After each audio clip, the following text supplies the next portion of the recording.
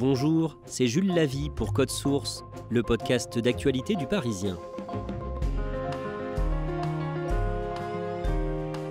Énormes stars de la planète foot, Messi, Mbappé et Neymar ont parfois été sifflés ou conspués par une partie des supporters ultra du PSG, les supporters les plus engagés derrière le club.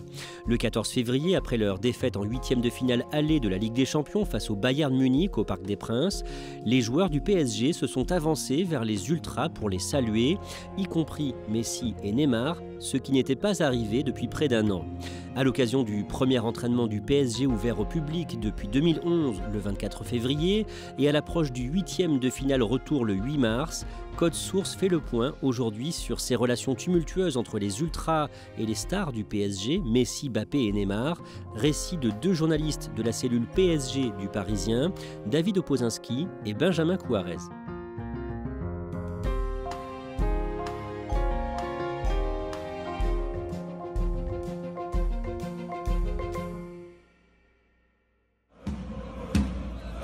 Benjamin Couarez, présentez-nous les ultras du Paris Saint-Germain. Les ultras du Paris Saint-Germain, ce sont des passionnés, des amoureux du Paris Saint-Germain, pour la plupart depuis tout petit. Ils sont situés dans le virage Auteuil du Parc des Princes. C'est le collectif Ultra Paris, le principal groupe de supporters ultra du Paris Saint-Germain. Ce sont 2800 adhérents qui se donnent rendez-vous chaque week-end pour encourager le PSG, que ce soit à domicile ou à l'extérieur. Ce sont eux qui créent les tifos, les nouveaux chants, qui donnent de la voix au fil du match pour encourager leur équipe et les pousser à la victoire chaque week-end.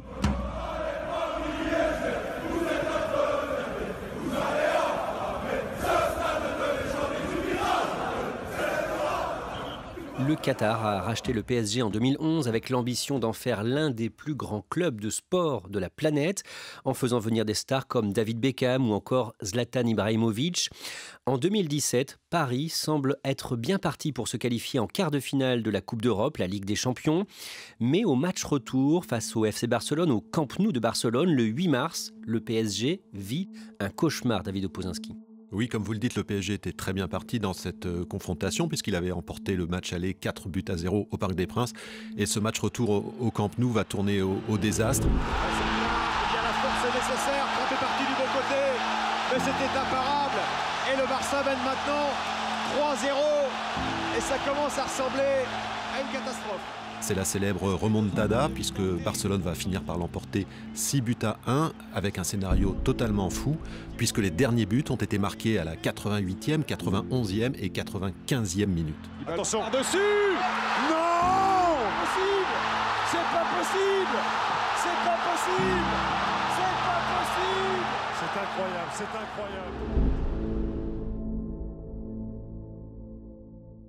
L'un des artisans de cette remontada, Neymar, est recruté par le PSG l'été suivant, montant du transfert 222 millions d'euros. Et le joueur brésilien arrive en France comme un demi-dieu.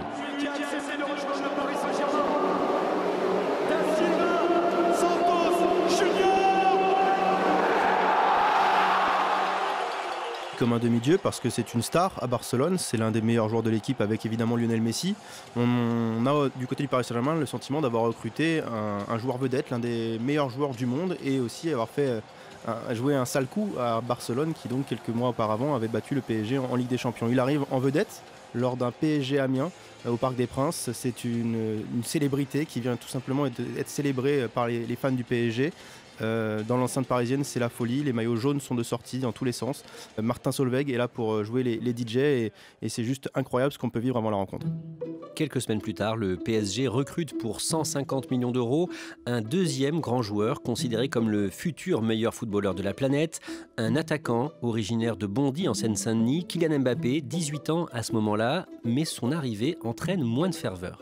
Oui, déjà parce qu'elle est tardive, c'est à l'extrême fin du mercato estival que Kylian Mbappé est annoncé au Paris Saint-Germain. Il y a une conférence de presse qui est organisée avec le président Nasser El Khelaifi dans les locaux du Parc des Princes.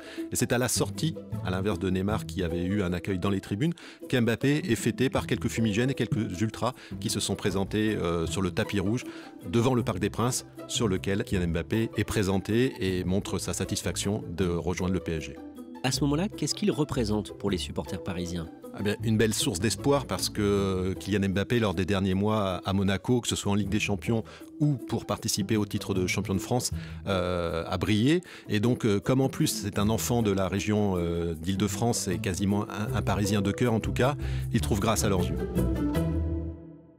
Pour Neymar, les débuts sont compliqués dans ses relations avec les supporters parce qu'il tient à tirer les pénaltys, alors que jusqu'ici, c'est l'attaquant uruguayen du PSG, Edinson Cavani, qui s'en occupait. Il y a un premier incident à ce sujet sur le terrain en septembre 2017, puis le 17 janvier 2018, à domicile, pendant un match où le PSG corrige Dijon 8-0. Oui, c'est ça, dans la presse, on va nommer ça le penalty gate. Un penalty pour le Paris Saint-Germain. Voilà le record. Alors on va voir, parce que regardez, il y a Neymar. Il y a Neymar qui va chercher le ballon. Est-ce que le record va être battu sur penalty par Cavani? Suivons bien cette scène. Non, c'est Neymar qui garde le ballon. Aucun regard vers Cavani. On l'a dit, c'est lui le boss. C'est lui qui décide de tirer les penaltys. Et quelques sifflets. Vous entendez les sifflets de ceux qui souhaitaient voir peut-être Cavani battre son record aujourd'hui. Neymar effectivement veut tirer les pénaltys au Paris Saint-Germain, il veut être le tireur numéro 1 et Edinson Cavani était le tireur attitré jusque-là. Edinson Cavani qui est l'idole du Parc des Princes, le joueur adoré des supporters parisiens, donc on ne touche pas à Edinson Cavani pour les ultras parisiens. Mais évidemment Neymar lui a les statistiques en tête et veut être aussi marqué de son empreinte le club de la capitale par le nombre de buts marqués avec le PSG et il veut évidemment tirer les pénaltys et ne pas passer à côté puisqu'il excelle dans cet exercice. On fait un saut dans le temps d'un an. En 2019, le dimanche 19 mai, Kylian Mbappé reçoit le trophée de meilleur espoir et meilleur joueur de la saison. Le trophée UNFP du meilleur joueur de la Ligue 1 Conforama pour la saison 2018-2019 est attribué à Kylian Mbappé. Et au micro, il sous-entend que son avenir ne sera pas forcément à Paris, qu'il pourrait donc partir. Je pense que j'ai découvert énormément de choses ici. Et voilà, je sens que c'est peut-être le moment d'avoir plus de responsabilités. J'espère que ce sera peut-être au Paris Saint-Germain. Ce sera avec grand plaisir ou peut-être que ce sera peut-être ailleurs pour un nouveau projet. Mais je voudrais vous dire merci. Benjamin Couarez, comment réagissent les supporters à ce moment-là ? On le vit assez mal du côté des supporters parisiens parce qu'à partir de là, on se dit mais c'est un coup de pression peut-être que Kylian Mbappé fait au PSG et forcément c'est assez mal perçu par les supporters. Quelques mois plus tard, Neymar envisage un éventuel retour à Barcelone et l'information fuite.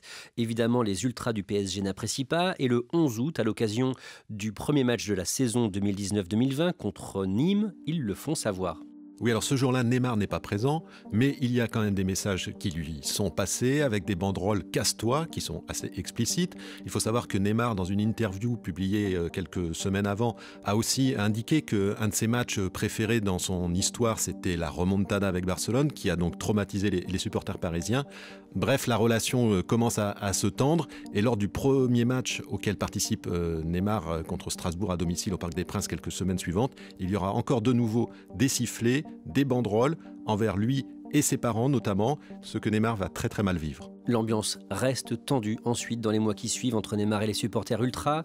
Le mercredi 4 décembre, pendant un match au Parc des Princes, le Brésilien montre son agacement envers les ultras. Oui, c'est ça, Neymar, après un but, est une nouvelle fois sifflé et s'arrête net et fait le geste chute en direction des supporters, une image qu'il va relayer sur les réseaux sociaux quelques jours après. C'est évidemment une image qui ne va pas plaire aux supporters ultras puisque, comme on l'a dit, la situation est assez tendue entre Neymar et les supporters parisiens.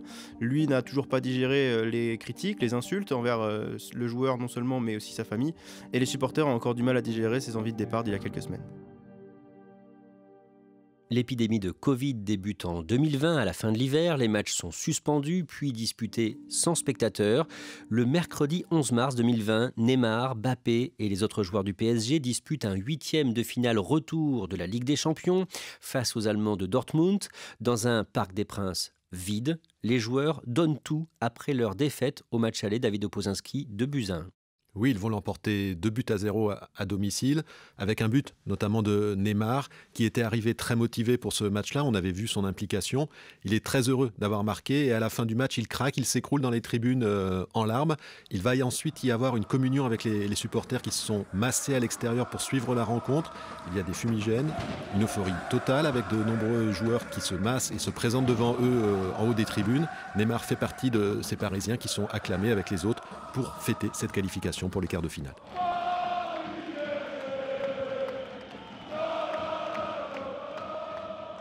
Le PSG accède finalement à la finale de la Ligue des Champions cet été-là, avec des phases finales disputées dans la même ville pour éviter les contaminations. Ça se passe à Lisbonne au Portugal.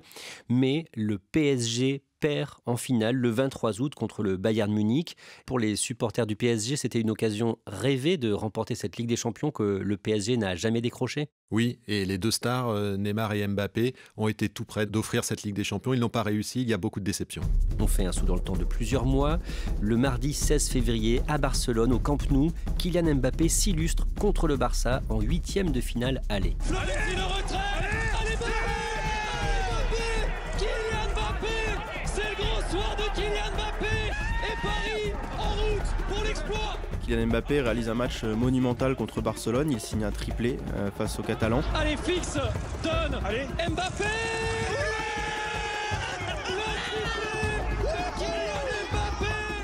Neymar n'est pas là ce jour-là, donc tous les regards sont tournés vers lui et la presse espagnole, après cette rencontre, va avoir des mots très forts pour Kylian Mbappé, le décrivant comme un génie. Le Parisien lui attribuera la note de 10. Cette année-là, le PSG atteint les demi-finales et perd face à Manchester City. Le 28 juin, la France est éliminée de l'Euro par la Suisse en 8e de finale et Mbappé n'a pas marqué de but. Benjamin Quarez, concernant le PSG, quelques semaines plus tard, au mois d'août, on commence à parler d'un potentiel départ de Kylian Mbappé vers le Real Madrid. Oui, effectivement, il ne reste plus qu'une année de contrat à Kylian Mbappé au Paris Saint-Germain et il n'a toujours pas prolongé, il n'a toujours pas fait savoir qu'il voulait prolonger au Paris Saint-Germain. Et ça, les supporters parisiens ne sont pas passés à côté, évidemment. Et on commence à craindre le départ de la star. Les rumeurs enflent à propos du Real Madrid et une première offre va tomber à la fin du mois d'août, puis une seconde. Et à ce moment-là, on se dit que Kylian Mbappé va peut-être quitter le Paris Saint-Germain à la toute fin du mercato. Comment est-ce que les supporters vivent ça, le fait qu'il risque de partir ? On a la chance de parler avec plusieurs supporters justement en cette fin de mercato et qui nous font savoir qu'il n'a qu'à partir s'il ne souhaite pas prolonger au Paris Saint-Germain. Ces supporters sont très déçus parce qu'ils attendent une prise de parole de Kylian Mbappé, elle n'arrive pas. Donc forcément à ce moment-là, on se dit que le joueur veut partir et que ce n'est plus un problème s'il ne souhaite pas rester au PSG. David Opozinski, à ce moment-là, le 14 août, à l'occasion d'un match de championnat à domicile contre Strasbourg, Mbappé est sifflé.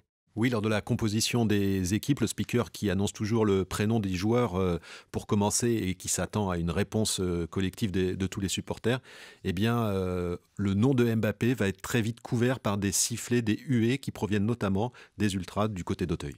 Toujours en 2021, un autre acteur de la remontada du FC Barcelone en 2017, l'Argentin Léo Messi, est recruté par le PSG, le génie Messi, récompensé par 6 ballons d'or à ce moment-là et bientôt 7. Au départ, David Opozinski, les ultras sont ravis de le voir arriver à Paris.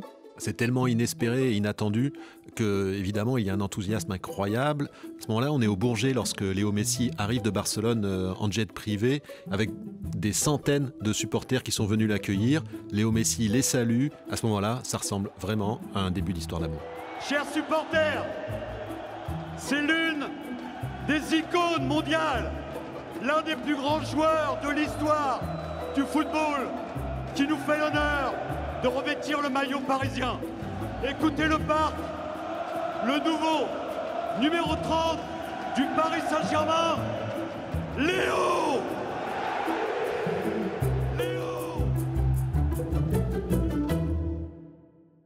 Mais dans ses premiers mois sous le maillot du PSG, Messi ne convainc pas. On attend beaucoup de lui. Malheureusement, il n'enchaîne pas les prestations de qualité. On a l'impression qu'il marche même sur le terrain.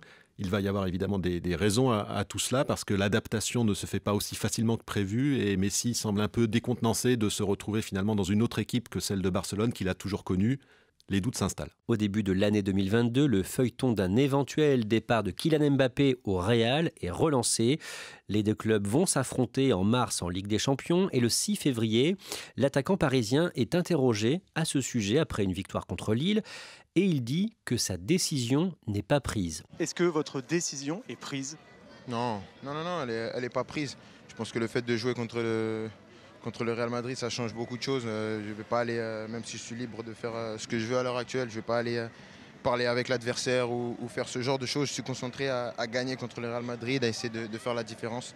Et après, on verra ce qui se passera. David Opozinski, ce doute qui persiste, est mal vécu par les ultras. Oui, parce qu'il s'inquiète de l'implication de Kylian Mbappé, qui est libre de s'engager où il veut depuis le mois de janvier. Et bien évidemment, ils ont un doute sur son implication face au Real Madrid.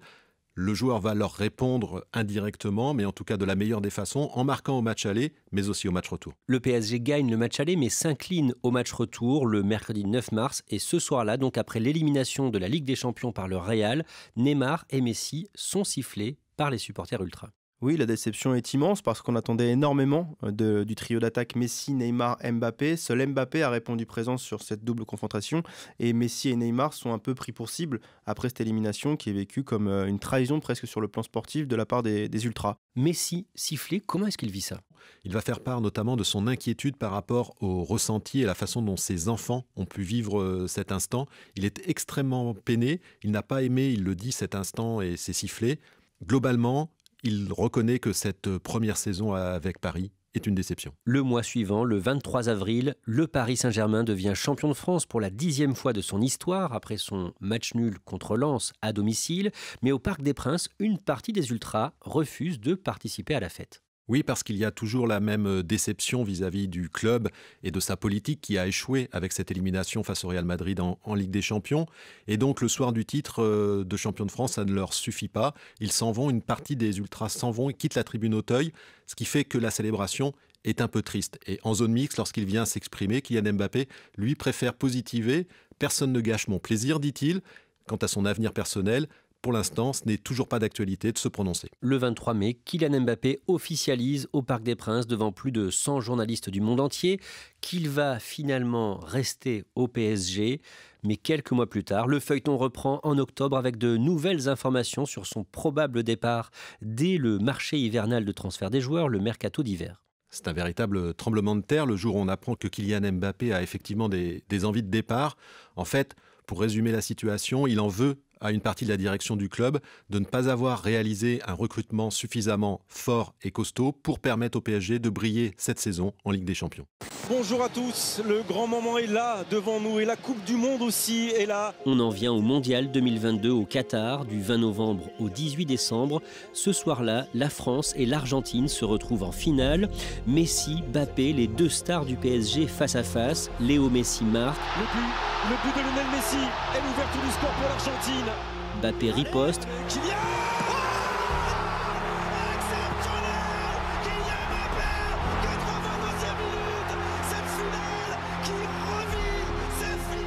Prolongation, 3 partout à la fin de cette prolongation. 2 buts de Messi, un triplé pour Mbappé et la séance de tir au but perdue par la France. Et ça passe. Et ça passe et l'Argentine est championne du monde. L'Argentine championne du monde pour la 3e fois dans son histoire. David Opozinski, aux yeux des supporters, cette défaite de Mbappé peut le rendre plus humain, lui qui est parfois jugé hautain, trop sûr de lui. On a vu sa déception après le match, il était effondré, on a vu ses larmes. Tout ça, ça a donné des images assez fortes et les ultras ont été sensibles à son émotion. Mbappé revient s'entraîner avec le PSG très vite après ce mondial perdu. Tout le monde s'attend à ce que Kylian Mbappé, à la suite de cette déception, prenne des vacances pour se ressourcer physiquement et mentalement. Eh bien non, il devance l'appel et se présente à l'entraînement pour participer à la reprise avec ses partenaires du Paris Saint-Germain. Juste après Noël, le mercredi 28 décembre, le PSG accueille Strasbourg. Les ultras du PSG ont une surprise pour Mbappé qui va bientôt devenir le meilleur buteur de l'histoire du club. Il s'approche du record de Cavani, 200 buts. Les ultras entonnent pour la première fois un chant à son honneur.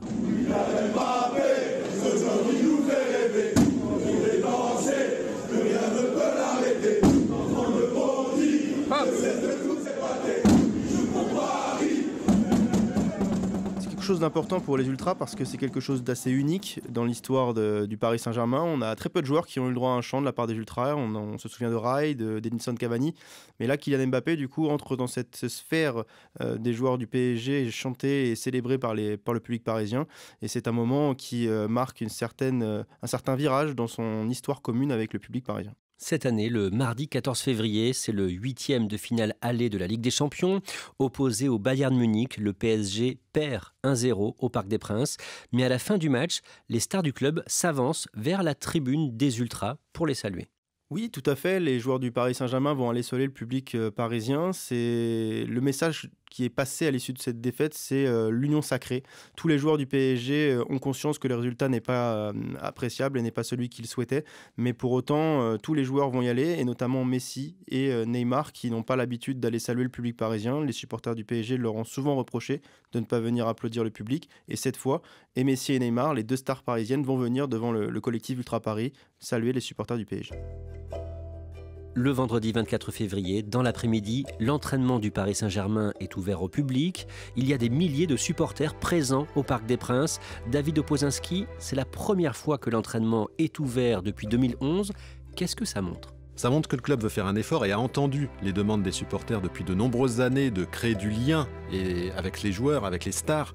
Mais ça ne garantit rien quant au futur, parce qu'on sait évidemment que c'est les résultats sportifs qui feront l'ambiance des prochaines semaines, et que si jamais le club ne se qualifie pas lors du 8e de finale retour de Ligue des Champions face au Bayern de Munich, il y aura de nouveau des problèmes entre le club et les supporters. Merci à David Opozinski et Benjamin Couarez. Code Source est le podcast quotidien d'actualité du Parisien. Si vous aimez Code Source, n'hésitez pas à nous le dire en laissant des petites étoiles ou un commentaire sur votre application audio préférée.